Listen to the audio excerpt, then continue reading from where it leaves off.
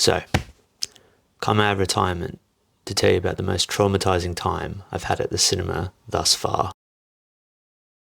When I was forced to have spicy nacho popcorn instead of sweet and salty, my tongue and taste buds were assaulted, let me tell you, and I'll never trust the food bar attendants again in abusing my wallet and stomach like that. It was horrible, horrible, horrible. But no, I suppose you really want to find out about my other most traumatizing time at the cinema. Well, yes, having to sit through Exorcist, believe it or not, but there'll be 2 more movies following this, wasn't a fun time. Oh, I also watched The Zone of Interest, which, was quite an ordeal as well, but in an artistically good way. Yeah, everyone's been pretty hyped for The Zone of Interest, including myself, as this is the follow-up film from British director Jonathan Glazer, who made Sexy Beast, Birth, the really iconic and twisted music video to Jamiroquai's Virtual Insanity, and only just my favourite film of the last decade, Under the Skin. It's been 10 years since this last film, and even though I knew it was going to be about the always joyful account of genocide, this was still definitely high on my anticipated list.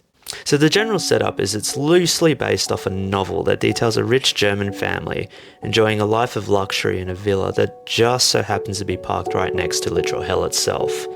The infamous Auschwitz concentration camp that would become a major site for the Nazis' final solution. Film changes the perspective of the family of the novel to the actual real family that really did set up a life right next to this hideous complex, made up of Auschwitz Commandant Rudolf Haus, his wife Hedwig, and their 5 children. So yeah, I've finally seen it, actually quite early in Australia, because it's actually expected to be released sometime February next year.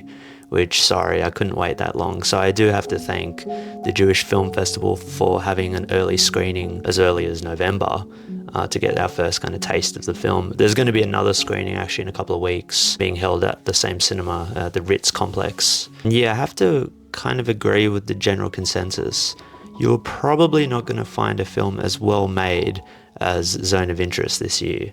Technical perspective, this film is genuinely flawless. It's a film where every choice of camera shot, lighting, music, and especially sound design was purposeful. I mean, it did take 10 years to make, so good to see they were being used wisely. But even then, the attention to detail here is extraordinary. This is a film that should be studied in how to perfectly execute tension and atmosphere. Essentially, without going into too much detail of the story, this is asking audiences to sit through what seems to be an ordinary family's life, which is anything but. Sitting at their dinner table, sitting beside their beds, even spending time at their child's pool party, while one of the most infamous institutions in history strips away all humanity from its occupants right next door. This really is a wonderful exploration into the banal nature of evil. Evil people are not constantly plotting, not living exceptionally exciting lives. In fact, some of them seem like the most ordinary of people who value family and financial success as just the most ordinary citizen. At the end of the day, Rudolph was a father and a husband, who just also happened to be a mass-murdering evil psychopath. There's just so much I want to say about certain scenes and images that have been just scarred into my brain, but I'll just leave that to people to check out when it finally gets a wider release later in the year. So from a filmmaking standpoint, this film is truly exceptional. The camera work from Lukas Zal, who did the cinematography for I'm Thinking of Ending Things and Cold War, proves that Polish people really are the best camera guys to get across just coldness. This film has a wonderfully bleak look to it. Everything is perceived from a distance and the cameras keep mostly still. When the cameras do move on this dolly, creating a really smooth horizontal movement as it follows the subjects around. It's done in a way that almost presents the film as a kind of historical artifact in a museum. The choice to never use artificial lights and purely rely on natural lighting also works incredibly well to push this film's authenticity. The only time I was slightly taken out of the film actually was with the nighttime shots that were chosen to be presented in a very specific way that I won't spoil here, just to keep the surprise. It's a little bit of a turn-off when you first see it, but I think in the end it works and it was a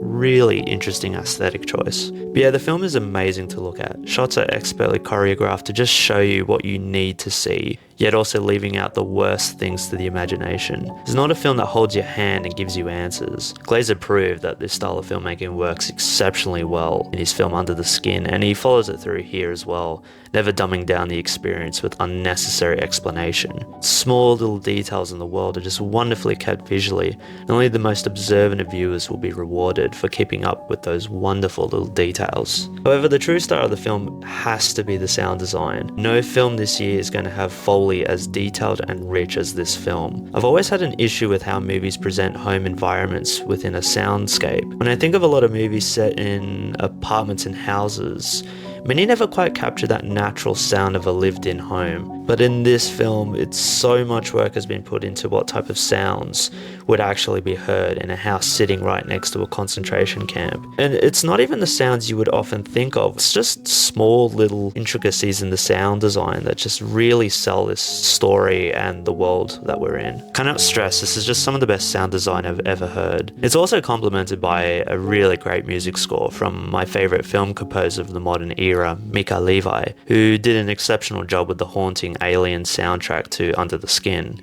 My only criticism of it is there's so little of it in the film that I can't say it has the same impact as Under the Skin's.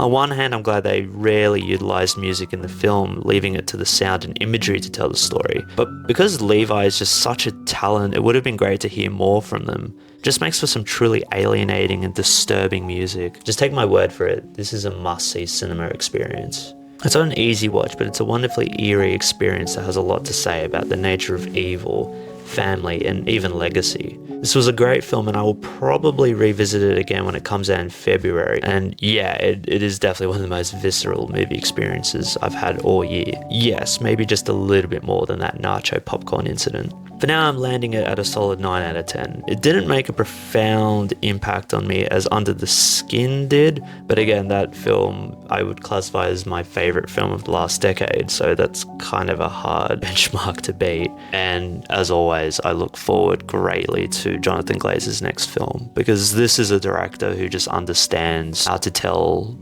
deeply profound, quite disturbing stories and just put you in a very alienating landscape. So yeah, that's my review of my most anticipated film this year. Before this video ends, I just want to give a few updates about the channel. So I have 2 more videos that I have planned for the rest of the year. These videos I've been working on for quite a while now. In fact, one of the videos I've been wanting to do since the very creation of the channel, so I would definitely say both videos are very personal to me and kind of changed the direction to this channel a little bit in regards to what I'm going to cover. I don't want to just be someone who's watching the latest movies all the time, just giving my, opinion. I will occasionally with films like obviously Zone of Interest, but I don't really see the point in sharing my opinion on something like, I don't know, the Marvels, or yeah, just one of those big blockbuster movies. Is really nothing more to say unless I have something deeply passionate to say about them. So that's kind of why I'm going in this kind of direction of just exploring cinema itself, because I just find that topic much more interesting. Hopefully you guys are okay with that, because I feel like you're going to get much more interesting content as a result. But going off that, there will be an ultimate top 20 movies and TV shows of 2023 like I did last year, which I'm really excited to kind of share and big up those indie movies. Out of curiosity, I'm just wondering who else checked out The Zone of Interest. Did anyone else check it out at the Jewish Film Festival premiere? Did you check it out at Toronto, the British Film Festival, even all the way back in Cannes? I heard there were changes to it made after its premiere at Cannes, so I'm curious to find out what those little details were. Obviously, leave your opinion in the comments, without spoiling it, of course, because it hasn't had a wide release yet, so a lot of the people here wouldn't have had the chance to see it yet. Yeah, most importantly, I hope what you take out of this video is support great cinema like The Zone of Interest. We need more movies like this, and I will see you guys on the next episode. Peace.